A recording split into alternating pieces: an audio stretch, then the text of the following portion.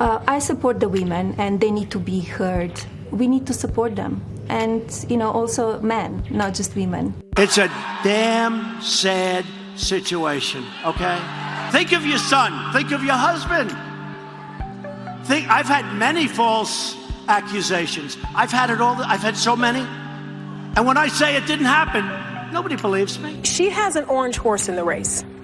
And her orange horse has been accused credibly by at least 17 women. You need to have a really hard evidence that, that if you're accused of something, show the evidence. And I'm just wondering, what would the hard evidence be of someone trying to rip off your bathing suit and covering your mouth so you couldn't scream more than 30 years ago? And now you have the First Lady of the United States telling women everywhere, your word is not enough. I think it does so much damage, and quite frankly, that isn't the law. I believe in the Constitution, I believe in due process, and I do believe in the presumption of innocence over guilt.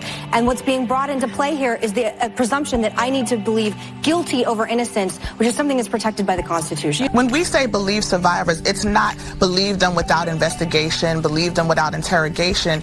We have set a precedent in this country of not believing, of thinking that women in particular are lying when they come forward with these allegations, when people come forward with these allegations. So the mantra believe survivors is about, can we start with the premise that people do not often lie about the pain and the trauma of sexual violence?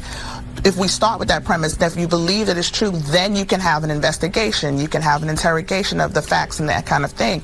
This is not to say believe people blanket and don't investigate and don't do anything else besides believe them.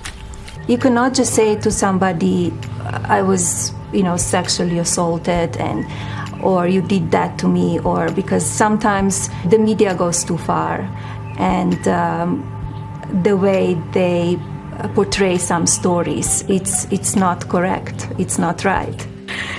Back in the day, I would say maybe 40, 50 years ago, it was very difficult for women to bring sexual assault cases because the law was different. And it was this British jurist, Matthew Hale, who said or sex assaults was the only crime where you needed more than a woman's word. In the law, for any crime, a person's testimony is enough. After 40 years, we finally changed the law.